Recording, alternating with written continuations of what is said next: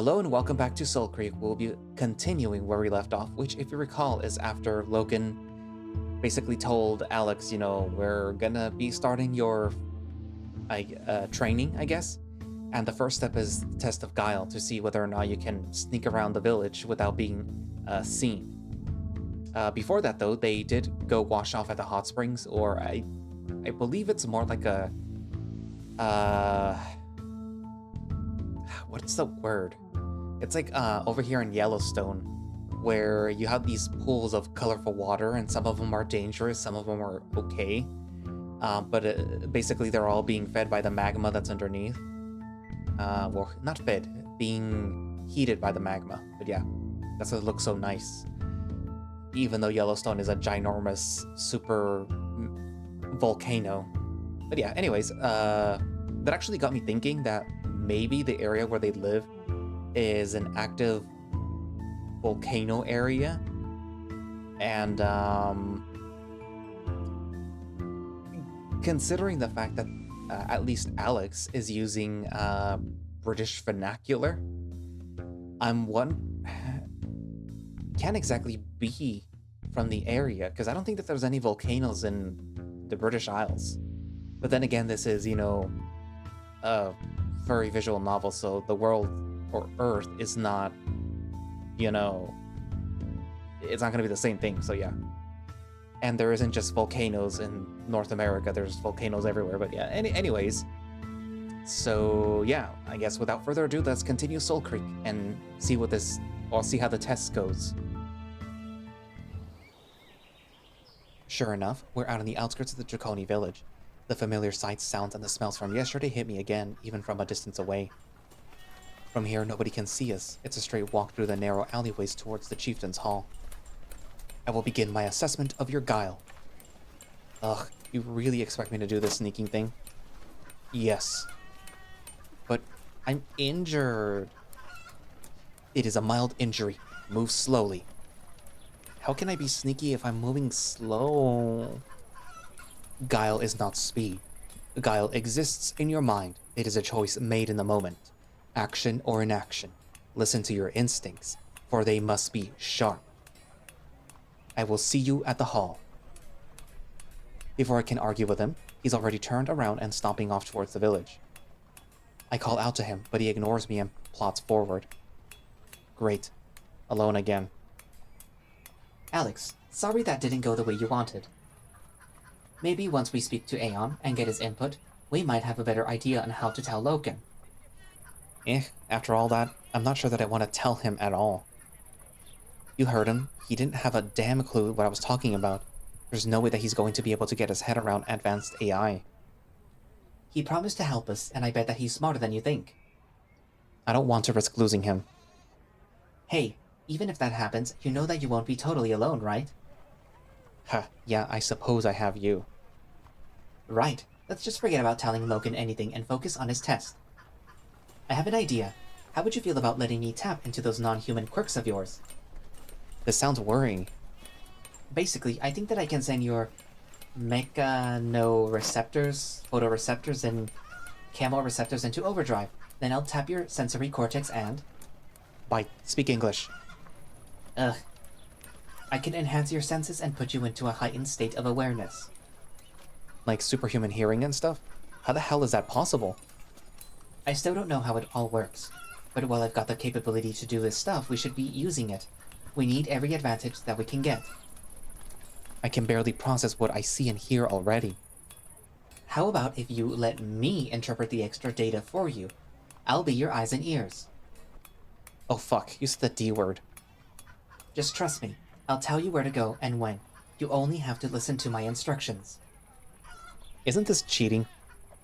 Why? Because it's cheating. Now you sound like Logan. Is it safe? The last time that you messed with my brain, you electrocuted me. That was a one-time thing, and I didn't electrocute you. It was a neural discharge. Total accident. Completely harmless. Won't happen again. You and I are stuck together, so we should be learning what we can do. Let's give it a try. He makes a good point. If Bite can give me a boost, I should take it. Alright, let's give it a shot. Great. Here we go. Ugh. It was a two-time thing. Dickhead. Oh, yeah. Look at all this extra data. Ugh, there's so much. I love it. Dude, put your data boner away. Wait, I can't hear anything. And I've gone numb. Where am I? I frantically pat myself from head to toe, but my whole body has lost its sense of hearing and touch. What the hell, Bite? Chill out. I've dulled your senses. You were supposed to do the opposite. I've dulled them for you, dipshit, to avoid a sensory overload. I'm interpreting all the data from your other senses, so just follow my instructions. Bite and I are really becoming two halves of the same whole. My eyes are still working. You still need to see where you are going. I am not controlling your movements. Can you control my movements? Possibly. Let's just try this for now. Ready to do some sneaking? I still can't believe that the dog is making me do this. As optimistic as ever. We'll show Logan what we are made of. See that building right straight ahead? Run up to it and press yourself against the wall. Hold your breath too. It'll make your movements smoother. Here goes nothing. I exhale for the last time, then sprint over to the hut in front of me and crouch behind it like the world's worst ninja. Stay low. I feel like such a dick. Don't move. Someone's about to come around that corner. Female. 92 kilograms, 6 foot, 7 inches. How did you know that? Through your senses, I can hear her heartbeat, the weight of her steps, the length of her stride, her tail brushing against the ground. Okay, I get it. Sure enough, the tribeswoman marches into view from around the corner, failing to notice me pressed against the wall behind her as she strolls out towards the farmlands. Now, go. Where? Follow these coordinates. A set of instructions are wired into my psyche like a map. I can't explain how, but I understand them perfectly. Following Bite's guidance, I wrench myself from behind the wall and tear down the pathway into the village. Go left. What? Left, now, down there. I almost slip over as I hurl myself down another alley. A trio of tribeswomen emerge from behind another house seconds later. That was close. I put my hand against my side, but feel nothing in my numb state. Your stitches are fine. Just go easy. Ready? Ready. Okay, go. Bite's guidance starts coming faster and faster. I ignore my inhibitions and focus on his voice entirely, giving myself over to his trust. Within moments, we're perfectly in sync. Stop here. Get against the wall. Wait till they pass. Okay, go. Over the fence, there. Then hide behind that stall. It's clear, go. I can't believe this. It's actually working. The village is as densely populated as ever, but somehow I'm navigating through it completely unseen. Sometimes I avoid detection by only a second, but Bite's instructions are always on point. However, we eventually reach a dead end at the end of the alleyway. There's nowhere to run. Where now? I don't know. There's someone coming. We've got 6 seconds. There's nowhere to hide. Vault onto the roof. The attached roof in question is a whole story above me. The wall is solid, flat wood, and there's nothing to grapple onto. I can't get up there. You can. Place your foot right there and then... It's too high. You can do it.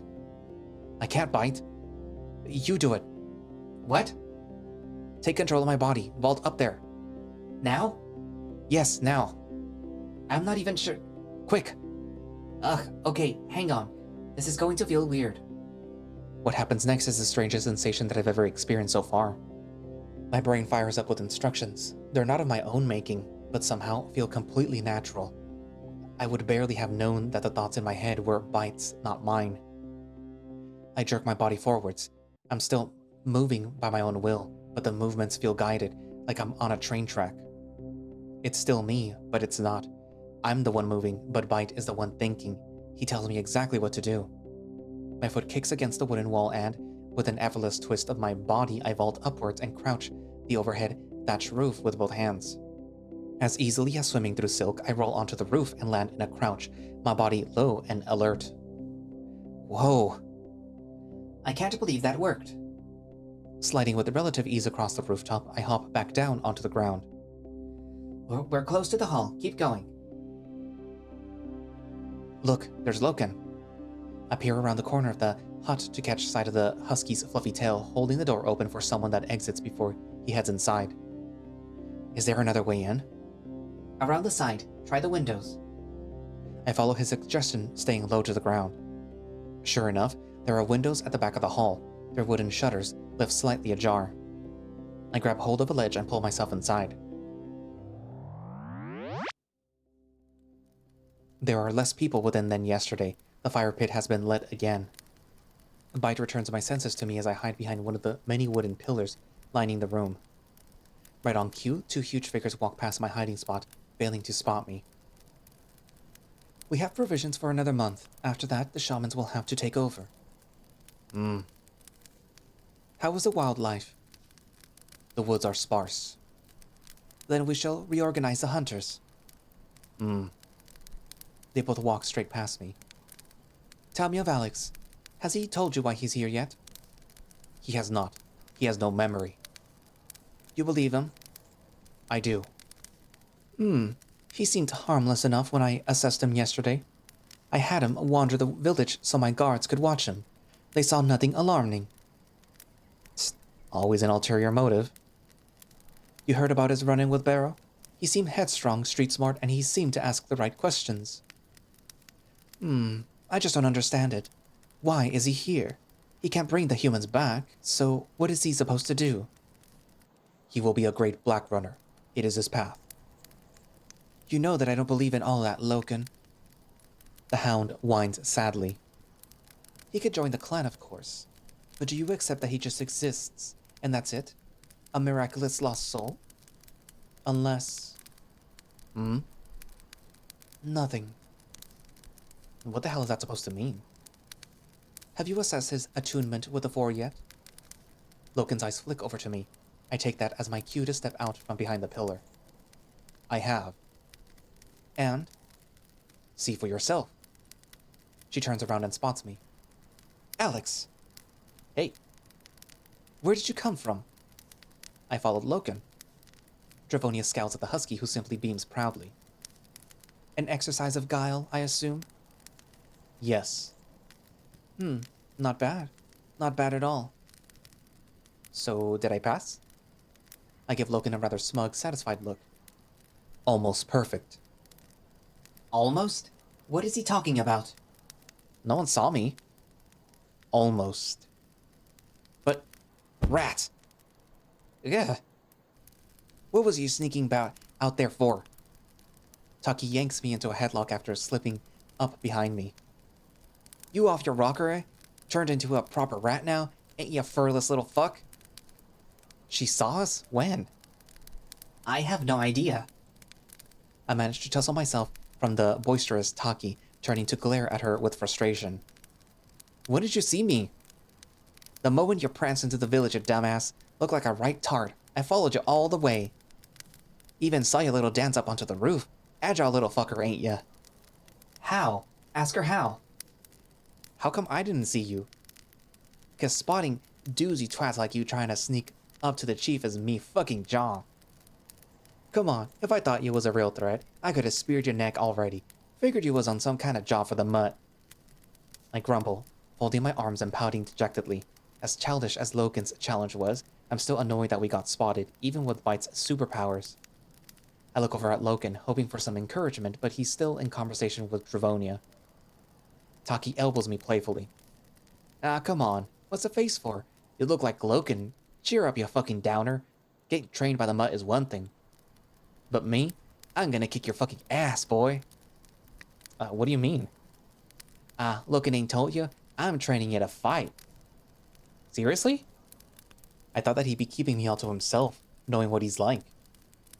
The dog can't teach you everything. Loken wants the best for you. That means asking me. People gonna take shots at you. Not many folks gonna be able to resist the pert little human ass. I figured that he'd teach me the stuff by himself. I pointed out that you're a fucking sight shorter than him and weigh a lot less. He's a good fighter, but he won't defend himself the same way you will. But you and I, we're similar, except I got tits, no dick. Humans have dicks, right? I scowl. We have dicks. Grand. Soon as your gash is all healed up, we'll start. Here's lesson 1, rat. Before I can even flinch, she whirls her spear around and definitely brings its point to rest underneath my chin. I cringe as I feel the point against my throat. She's fast. Always assume everyone's gonna want to knock the shit out of the last human, 'cause they will, rat. Taki. As wonderful as Taki's advice is, I'm not able to fire back a retort before Loken stomps grumpily over. He knocks Taki's spear away from me, growling menacingly at her. Do not point your spear at him. I gawp at him, startled by his sudden aggression. It's fine, Loken. You gonna let me train him or not? You are not training him now. Back away from him. Ugh, will you put your cock away, Loken? He's fine. I will decide that. He is mine. Cool it, mutt. He's an acolyte, not a chunk of salvage. Loken clenches his fists angrily. What's gotten into him now? Hey! I slightly bap him on the arm. He recoils meekly. I'm feeling less shy about touching him. It grabs his attention effectively. I'm fine, okay? We were just talking. If I want to point my spear at the rat, I'll point my fucking spear at the rat. What the hell's gotten up his ass? I bap his arm again. Stop growling. I am sorry. What's the problem? Nothing. Don't mind him, Alex. He's just a jealous mutt. Always have been when it comes to your salvage, ain't ya? No. Oh yeah? Hey, Chief! Javonia's chatting with another tribeswoman, a warrior, I'm guessing going by the outfit. As Taki calls for her attention, the saber-tooth sighs and politely dismisses the warrior and stomps over to us. What is it, Taki? Tell the rat about the skunk incident. Do not tell Alex about the skunk incident. No, please tell me about the skunk incident. Perhaps you should tell him yourself, Loken. He folds his arms like a puppy and pouts, looking away. No. This was over 10 years ago. Loken had been running for 2 days. He returned with a whole sack of decent salvage. High-quality metal, cables, electrical parts, valuable things. He was a proud hound. He brought the salvage into the hall and placed it on the table, right over there. Then went to find me. We had a visitor at the time, trader from the Razorback, a skunk named Caddy. She didn't realize that it was Loken's stuff. Poor girl just wanted a peek. Loken found her with his salvage in her hands. I marched in from the garden outside when I heard them both snarling at each other. What happened next? Yeah, what happened next, Loken? I bit her. And you. Because someone touched your salvage? I was upset. He weren't proper upset till I was done with him afterwards. Taki pinches a pendant around her neck, wiggling it between her thumb and finger. Loken rolls his eyes wearily. I squint. Upon closer inspection, I realize that it's not a pendant at all. It's a tooth. Is that yours, Loken? The husky glares at me, then at the smug-faced honey badger. Yes. He opens his mouth and tilts his head back, hooking his mouth with one finger and pulling it taut so that I can see. Sure enough, there is a small gap at the very back where one of his teeth is missing. Don't let him pull ya heartstrings over it either. He proper deserved it.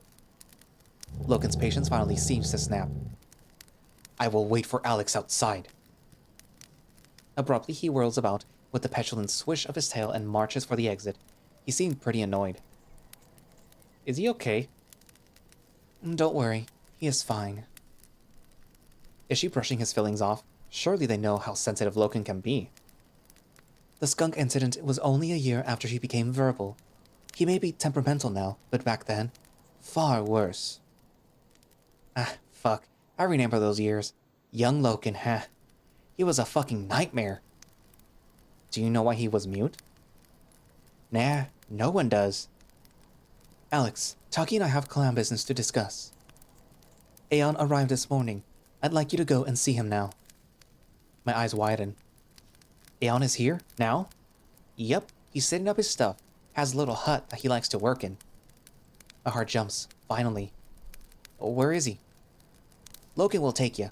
He's been buzzing about seeing a live human. What did you tell him about me? That you have no memory, and that we don't know where you come from. I am hoping that he will be able to shed some light on your origins. Great. Thanks. I'll go now. I hope that he has answers that we are looking for, Alex. Good luck.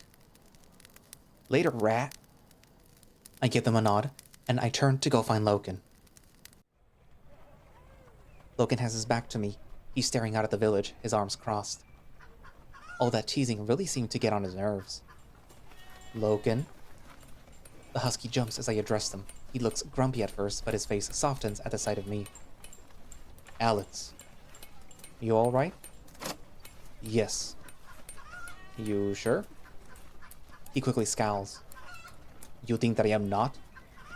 Just checking. I am fine. You sure? I don't mind talking. Aeyon is here. We must go and see him.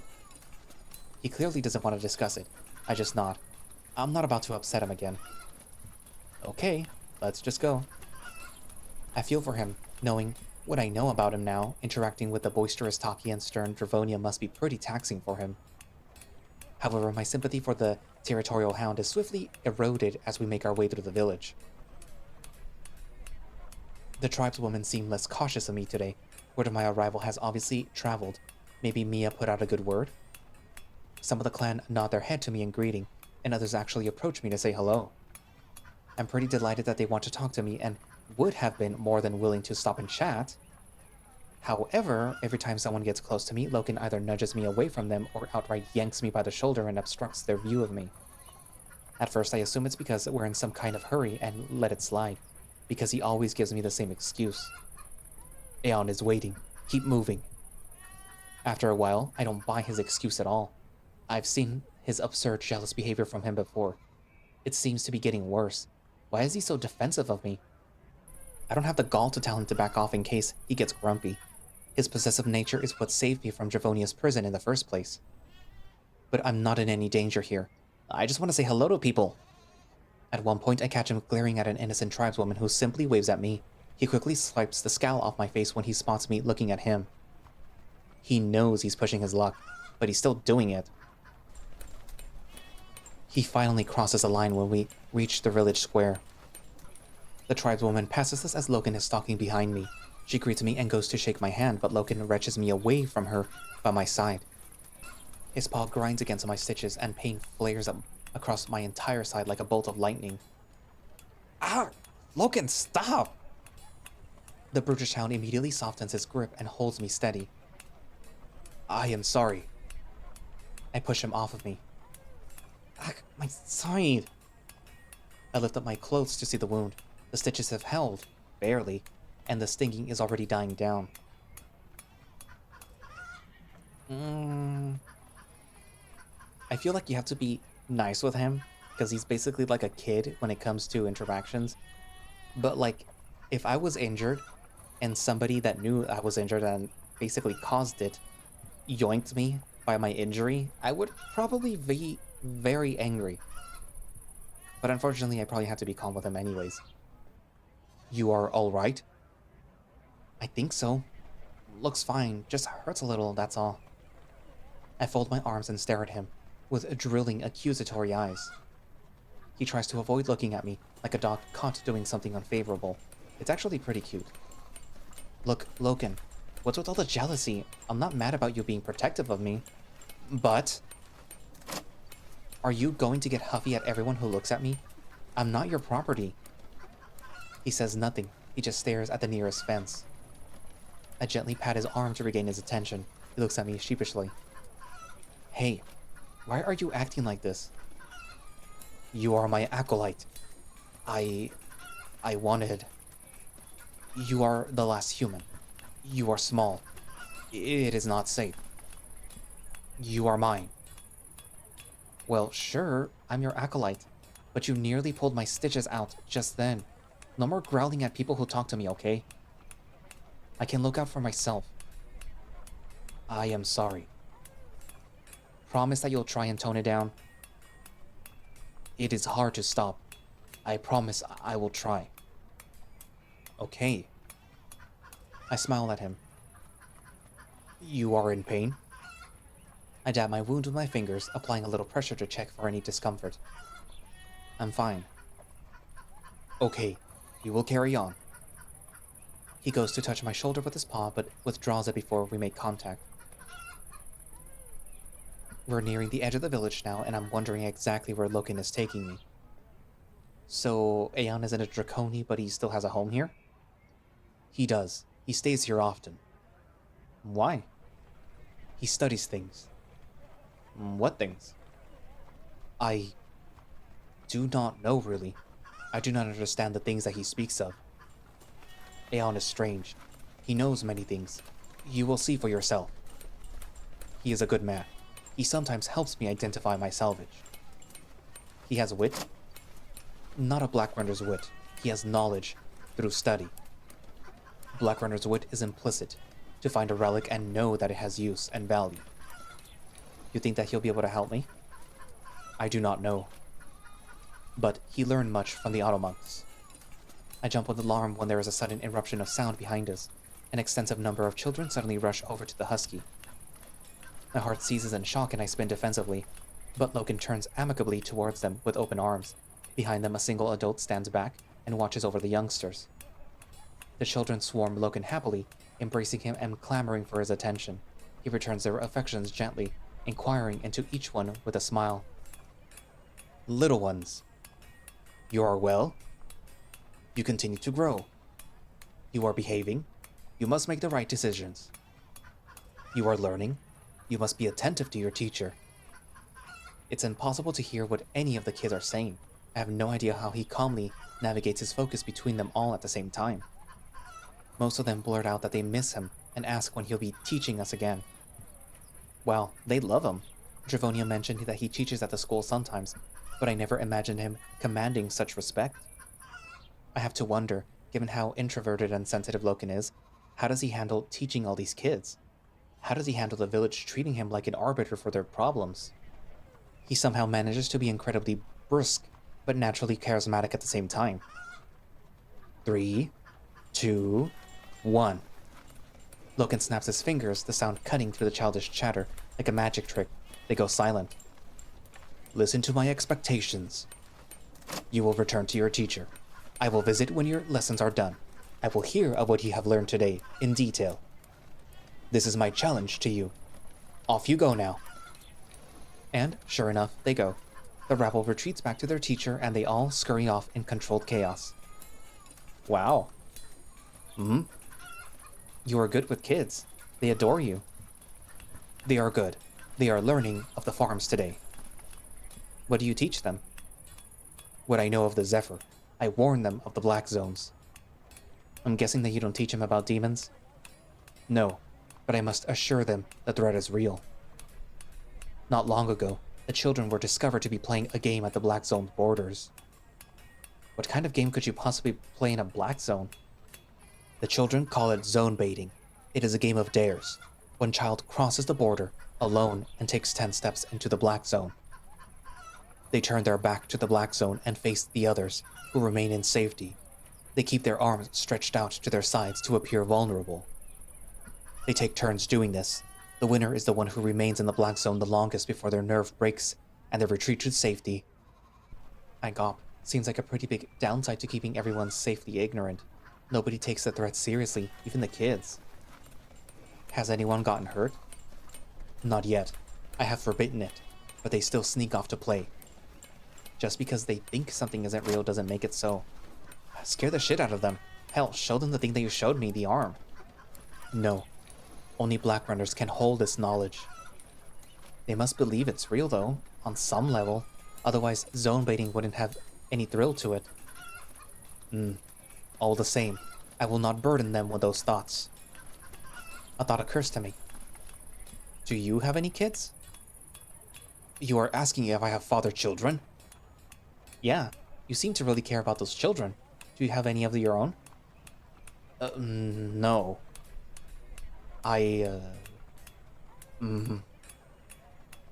I am not a father. I am a black runner. Before I can ask any follow-up questions, he cuts me off. We are here. Maybe I'll ask later. What the? A car? Hmm?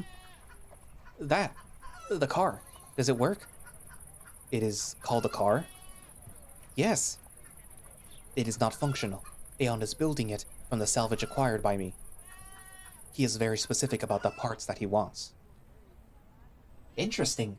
Let me scan it. You helped him build this? No, I only gave him the parts. He claims Zephyr used these constructions as moving carriages. Scan complete. The vehicle is put together from several different deconstructed automobiles. I am detecting a lot of missing components. It is not finished yet. It's a long way off working, but Logan's right. Aeon really did build this completely from scratch. That's amazing. Even before the cascade, that would have been tricky. Aeon must be smarter than we thought. Exactly the kind of person that we need. Come. Logan playfully bumps his shoulder with mine, copying the same gesture that I made for him earlier. His huge bulk almost makes me lose my balance. I smile and blush at him, chest fluttering slightly. He returned my affection. I feel giddy and... Wait, are we flirting with each other? I need to control myself. Things are far too complicated for that. He doesn't even know the truth about me. Logan leads me towards the front door. The hut itself is pretty worn down, but it looks more contemporary than the other houses built by the Draconi. It has glass windows, electric light bulbs, and scrap metal roof. There are pieces of junk nailed to the structure as though they were ramshackle works of art. Chimes, pipes, cables, and even what I think could be a solar panels. It looks like someone upturned a crate of Locan salvage onto the thing. This guy better have some answers for us. What about Logan? You said that you didn't want to tell him anything yet. If you do decide to disclose any details of your condition to Aeon, you'll need to get Logan to leave. I doubt that he'll go anywhere. You know what he's like. I'm sure that you can talk him down. Let's go. My heart beats nervously. I'm trying to ignore how anxious I feel. I really don't know what I'm hoping for. I just want some relief from the unknown. I wish that I could tell Logan, but I won't risk it. Aeon, we are here. Boy! I jump when I hear a raucous, blasting voice before I can even set foot in the building. The stench hits me first, like raw chemical waste and ragged bone marinating in filth. The place is a tip. It's even messier inside. Chunks of metal are scattered about like a junkyard. Hold it! I'm coming! Wait! We enter a makeshift chemistry lab, lined with pots, pans, and laboratory equipment. A ceiling lamp buzzes above, the sound of bubbling fluids atop hisses, Bunsen burners clouds my senses. There are crates all around the floor. Most are locked tight, but some are left open. They contain all manner of things. Zephyr relics, circuit boards, bones, and chemicals. I look at Logan, who is waiting with folded arms. You sure this guy knows his stuff? Yes, he is good. The door nearest us bursts open, as though someone had rammed into it at full speed from the opposite side. Logan! Ah, best hound. My best hound. Here, come here, here! Aeon charges at Logan, on stumpy legs, and graciously clasps him by the arms, despite only coming up to the husky's belly in height. Logan grins happily at him. Aeon, it is good to see you. You are well? Good, just good. Ah, great to see you, my boy. They seem really close. Logan didn't mention that. I'm amazed to see someone shorter than me for once. Aeon seemed like quite an old mole, but his entire demeanor buzzes with youthful energy. He wears a thick jacket and has a huge, bulging satchel around his shoulder. A pair of comically thick goggles are strapped to his face. Gracious, this is Alex. Look at him. Look at you. Before I can react, Aeon lunges at me and clasps me by the shoulders. I'm a little unnerved by the size of the claws on his fingers, but they don't look dangerous. In fact, nothing about him seems dangerous. He just seems like a small bundle of hyperactivity. Amazing! Astonishing! Aeon, be careful. He is injured. I heard you might be able to help us with... Of course. Sit here, over here, by the shelf. Taken aback, I glance to my left and... No, other shelf. There, look. Aeon kicks a wooden stool over to my direction. There, sit. I awkwardly park my butt on the stool by the indicated shelf, my nerves getting the better of me. Logan marches to my side and parks himself next to me like a guard dog. I feel comforted with him here. Aeon hops up onto a stool in front of me and slides closer, dragging the stool noisily across the floor. Let's get a good look at you, my friend. Hold still. Aeon presses the flat end of a metal spoon against my cheek and peers at me with fascination. Shh, don't move. I freeze, giving Logan a wide-eyed look of amusement. Logan, however, doesn't look all that amused. Despite his apparent trust in Aeon, I still sense his protective instincts kicking in. It's alright, Logan. I'm fine.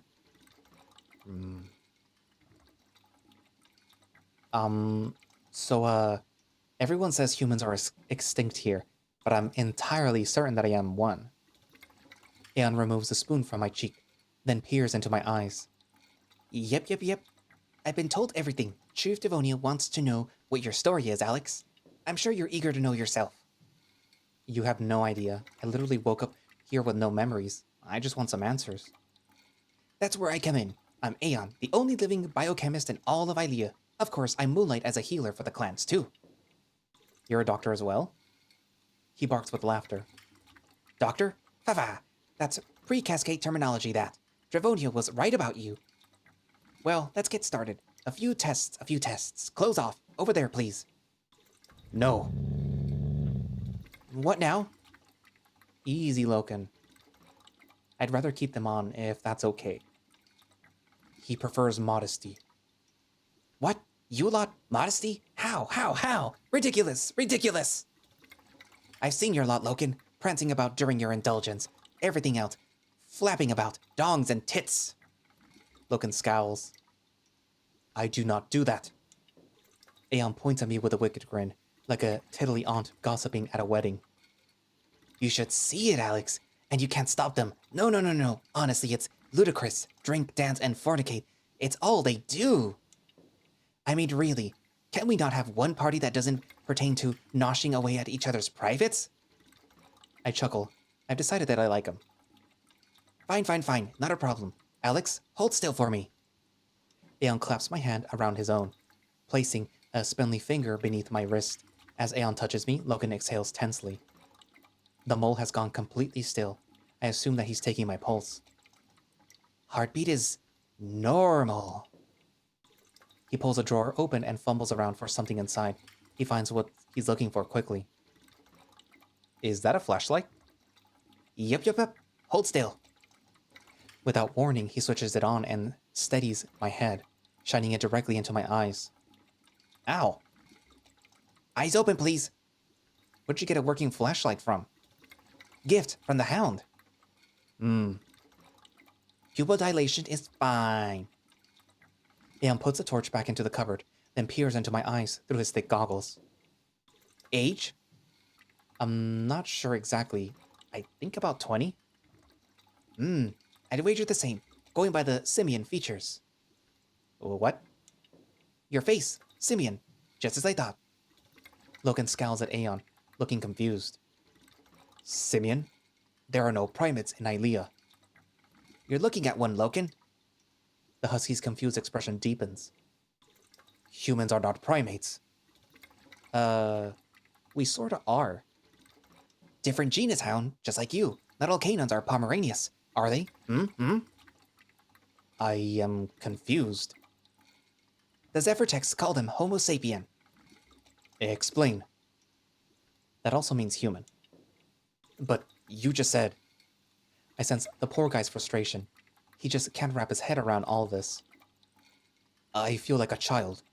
This is why I don't talk to you about these things, Aeon. Rubbish. You talk to me all the time. Not about the old knowledge. Haha, you, a black runner? You who charge about in those black zones without a second thought? Scared of the old knowledge? Crazy. In any case, Alex, I am here for you. So, just to confirm, no memories at all? Nope. He peers very closely at me. I try to look into his eyes, but the Outlandish goggles are so thick that I'm not convinced that he even has any. Can you see with those on? Ha ha ha ha ha ha! Can I see? Ha, Alex, I can't see without them! Lower your head then. Let's see that skull of yours. I do as he asks, lowering my head to his level. He places his huge mole hands on either side of my face and carefully brushes through my hair. Whoa, what are... Checking for trauma. You are touching him. Hey, don't you go giving me jealous talk. Nobody likes jealous talk, remember? Logan bares his teeth. Really? With the teeth? The growling? The snarling? Distracting! Logan, cool it. We talked about this. Sorry. He just doesn't like it when people touch me. You never change, do you? Honestly. The husky grumbles something incoherent, stepping even closer to me as Aeyon continues inspecting my head. Lift your chin up.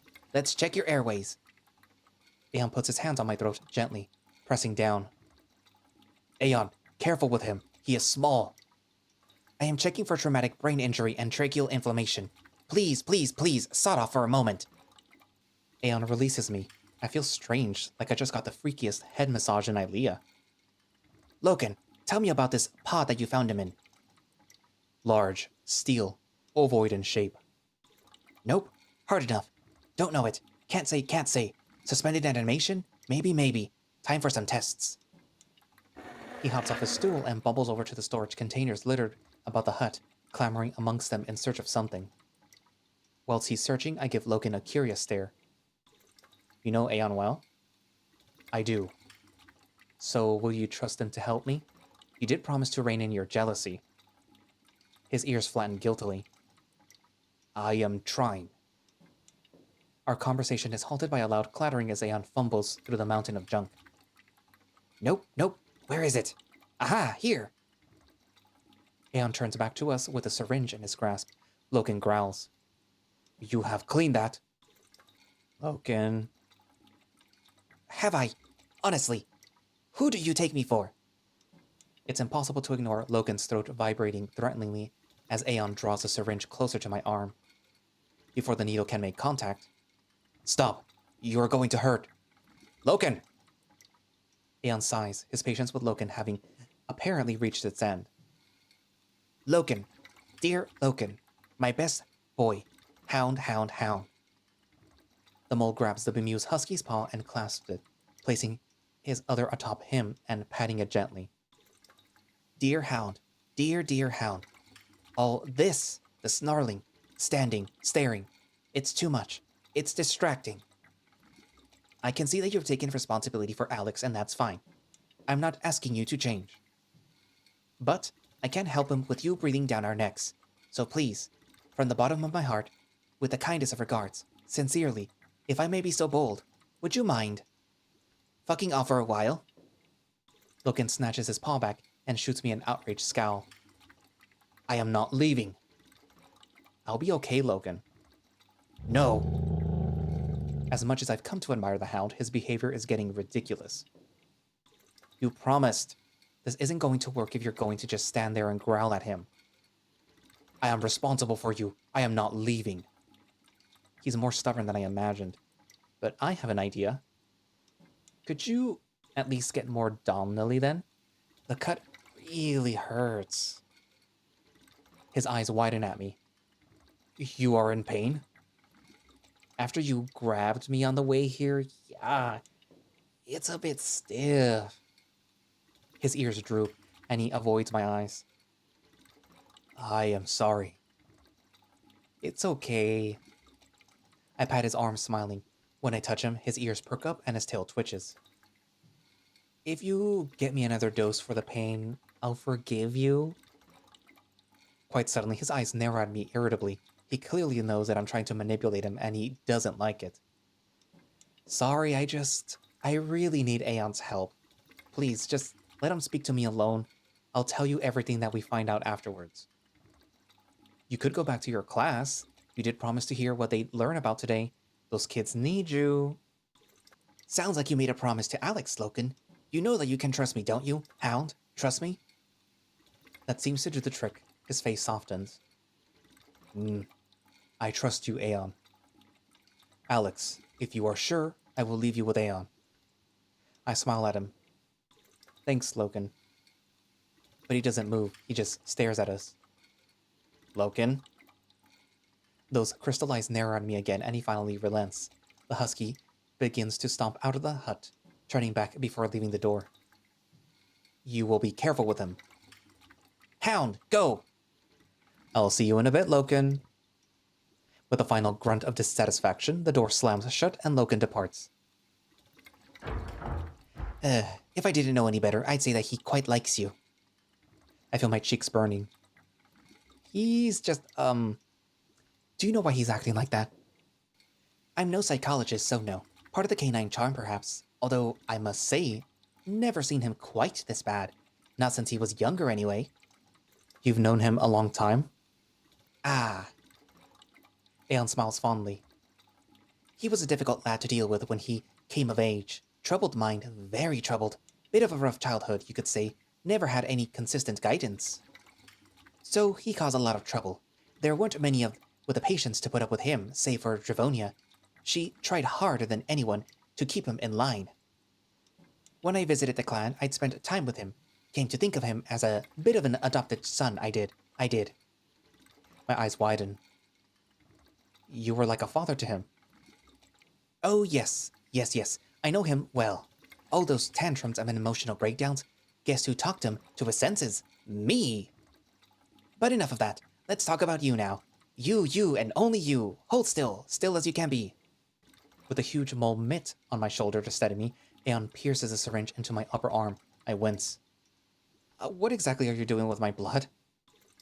Checking for signs of the affliction. The thing that makes male birth rates so low? I thought that nobody knew what caused it.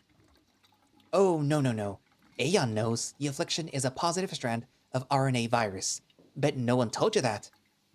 No, they didn't. That's because no one knows what a virus even is. They don't.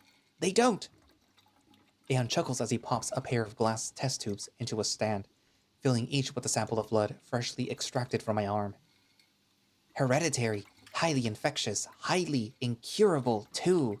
Here's the catch. No symptoms, not even a cough. Totally inconsequential until... Until you have a child? Aeon nods. Say goodbye to a healthy male birth rate. That's crazy. Where did it come from? Who knows? I've been trying to figure out that for decades. I have. Nothing. Do you know anything about the cascade? Afraid not, my boy. Afraid not.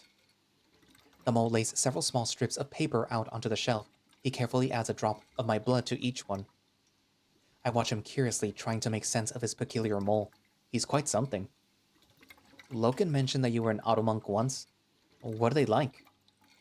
Ha, not much to tell about them. Cultists in robes of dust. They believe technology is sacred and hoard that old knowledge for themselves.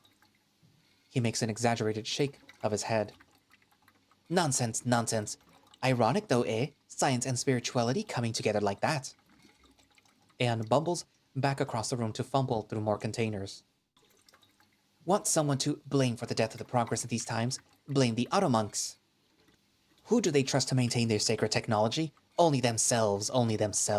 Leave the primitive clans ignorant, they say, and keep the knowledge for themselves. Seems like corruption is still alive and well in Ilea. Is that why you left them? Aeon shrugs. He's only half paying attention to me. I watch him fumble with various chemicals and beakers as he blends my blood into all sorts of mixtures. Bit of a technicality that. I never properly joined them. Now you tell me something. Omnivore? Huh? You, humans! You're omnivores? Oh, yeah. Thought as much. And the tailbone? What's that about? Is it cut off at birth? Or a coming-of-age ritual, yes? No, we just don't have tails. Bah! There goes my theory. How long have humans been extinct exactly? Aeon blows a raspberry with his cheeks, giving me a half-hearted shrug. 400 or 500 years? Give or take a century or two. Nobody knows. Nobody. Human remains are near impossible to come by. Would you permit me a few more tests? Just want to see what I can make of you. Sure, that's why I'm here. Grand. First, I need a little hair off the head of yours. Over the next hour or two, Aeon conducts a number of tests on me. They weren't invasive, and he frequently mentioned how limited he was by this primitive equipment, but he seems to know what he is talking about. I haven't worked up the courage to tell him anything about my condition yet. Positive. So I'm infected? You're infected. The affliction has you. But see the pale color on your test strip? For anyone else, it'd be a deep, deep, deep green. What does that mean, you ask? It means very early incubation. You are infected recently. If I had to guess how long, I'd say about 2 days? spot on. That's how long I've been awake. I'd probably caught it from Loken. There isn't any cure? Alex, everyone here is infected. Everyone. It's hereditary. The only way to escape any infection is to have been born before it even existed and sealed in a tomb until now. So the suspended animation theory is looking pretty likely? Exactly. That means that you, dear Alex, are at least 500 years old, perhaps even up to 1,000. Tell me, Alex, did the Zephyr have the technology to induce suspended animation? I'm not sure. My knowledge of them is, it's hard to describe. None of this explains why bite is in my head. The most important thing, Alex, is that I've no reason to think that you're anything other than human, even if I can't tell you where you came from. That ought to satisfy Dravonia. I twist my mouth uncertainly. I've gotten more answers from him in an hour than anyone else has in 2 days. He hasn't once treated me with fear or disrespect. Aeyon is completely unpretentious. He's been nothing but kind to me. He's ferociously intelligent and very wise. He isn't bound to the level of ignorance the rest of the tribe seems to be. I don't think that I'm going to get any better opportunity than this. If I want some real answers, I'm going to have to give him something. What if there was something that I haven't said? I don't think it'll come up on those tests. Oh? Dravonia was really suspicious of me, so I've sort of kept this a secret, even from Loken. I can't explain it myself, and I'm not sure how they'll react. I was planning on asking you, but... Personal, is it? Not exactly. Something's wrong with me. Eh? What is it? Rash? No, it's... Infection? No. Allergic reaction to canine hair? No, Aeyon, it's... Look, just promise me that you won't freak out. Alex, please. I've heard it all. You can't freak me out. I bet I can. Well, the thing is, Wow, where to begin? Can you check inside my head? Like, do I have anything there that shouldn't be there? Even through his goggles, I can feel Aeon's stare. He crosses his arms, his mouth thinning at me.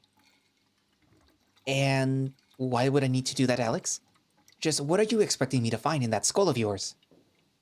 I'm only now realizing just how absurd I must sound without telling him about Bite, but that still feels like a step too far. Because I think there's a chance that I'm not actually human. Or at least if I am, I'm a really fucked up one. There are things that I can do that humans can't. I can move in ways that I didn't think I could. I don't need to breathe or eat anything.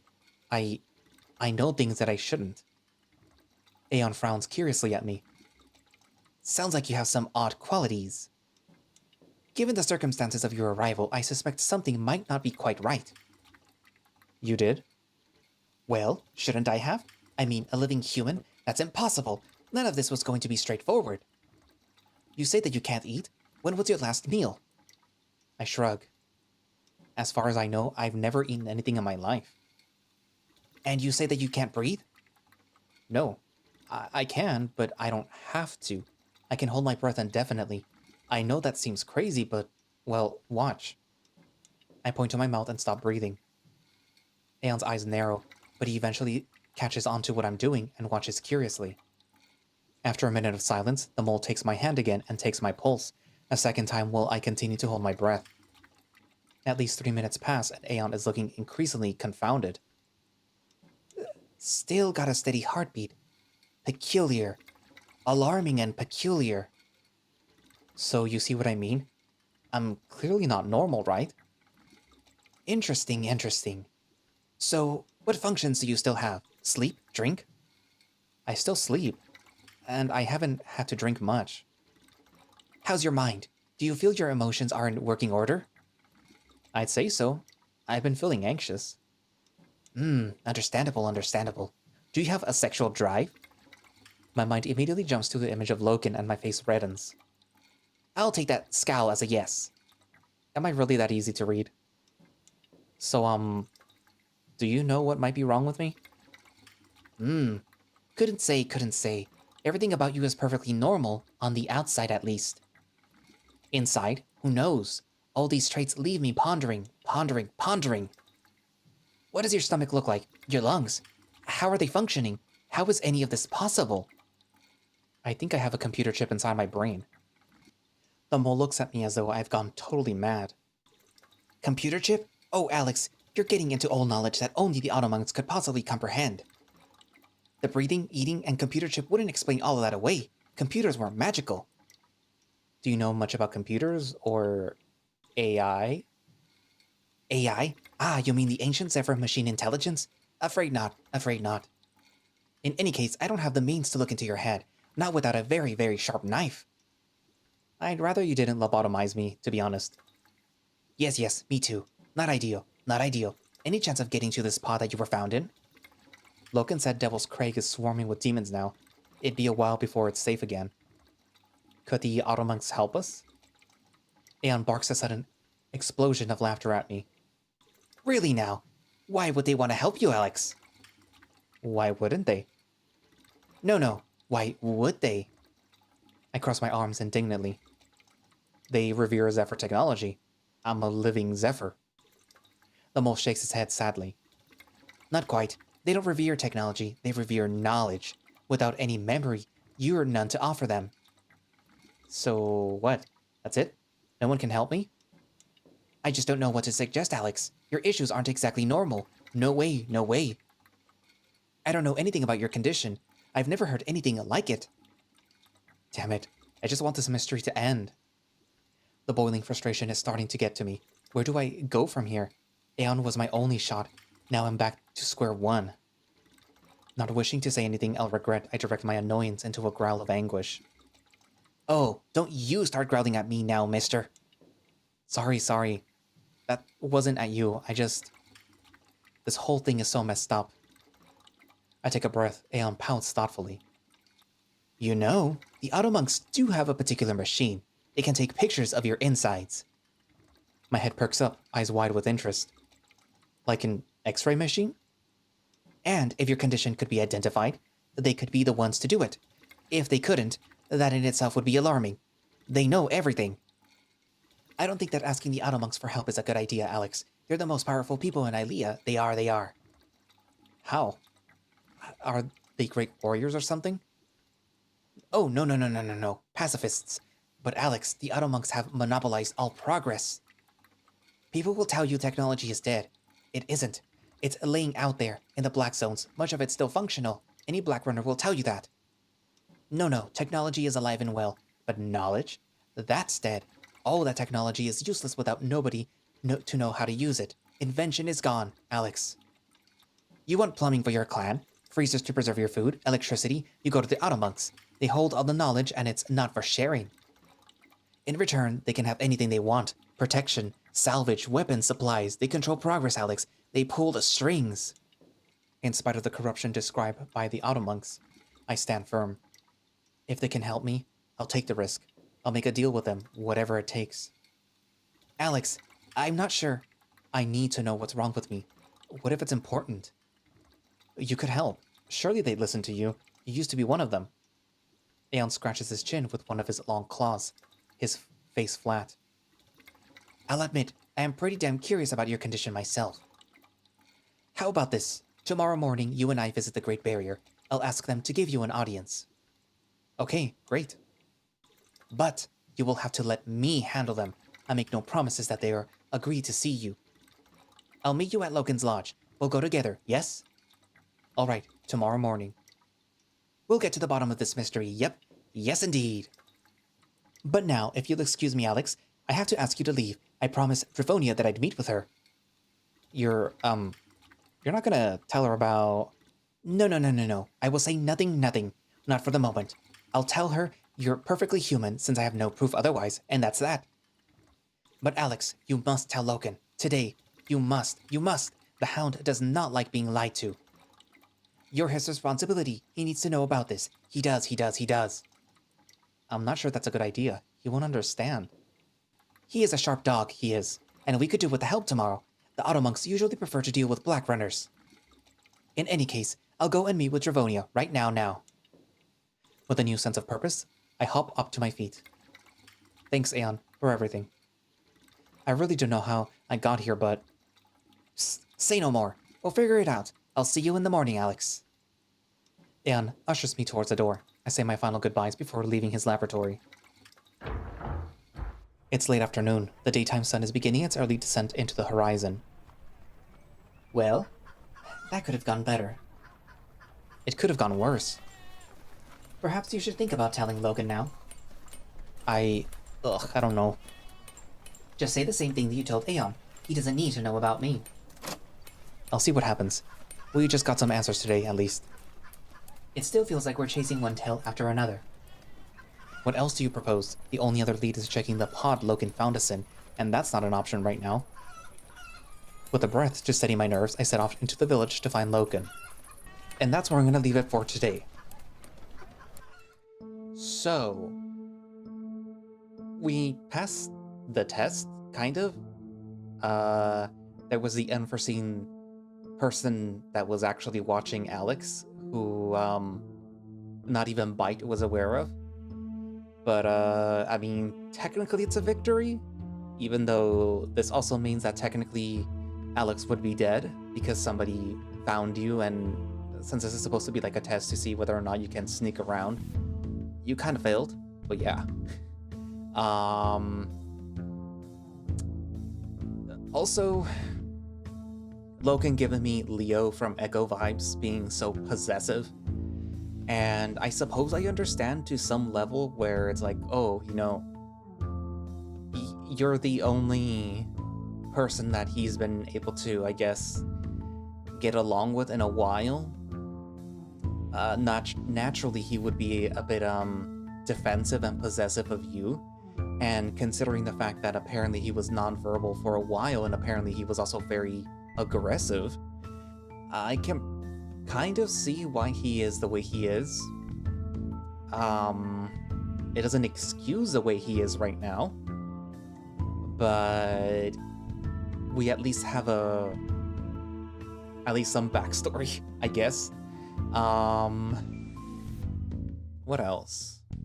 Obviously, there is the whole thing with Aeyon, and at least Alex has somebody that he can, I guess, talk to about what's going on, and somebody that actually believes him that he is indeed human. You know, weird little quirks notwithstanding. So that's gonna, I suppose, clear up the whole, like, oh, is he a human or is he a hairless rat? What else? I suppose later on we will find out whether or not Bite is indeed an artificial intelligence or if he's something else. Because, like, really, how is he speaking to Alex? How did he get in there? And why is he, you know... how has Alex been alive for this long? Yeah. What else? I suppose not much else. Yeah. I wonder if Alex is gonna come clean to Logan. Anyways, so, thank you all for watching / listening. If you would like to play Soulcreek yourself and find out what's gonna happen, because there is 7 days and I am barely on the second one right now, you can do so by going down into the link in the description for their Twitter page, where you can get a direct link for the itch.io page where you can download it. Or you can just go to the itch.io and, you know, download it yourself there. I will also post a link down for their coffee where you can support them. I'm pretty sure it's a coffee, not a Patreon, right? I forget. I don't know. I'll post whatever's down there in the description. And I will also be posting down a link for my coffee in case you want to keep donating. I mean, after all, I'm only reading this because you guys donated, so, you know, if you want to keep incentivizing me. No, but really, you know, it's appreciated when you do. You don't have to, but it is appreciated when you do. So, yeah, I guess that's it for now, and I will see you guys in the next videos. Bye-bye.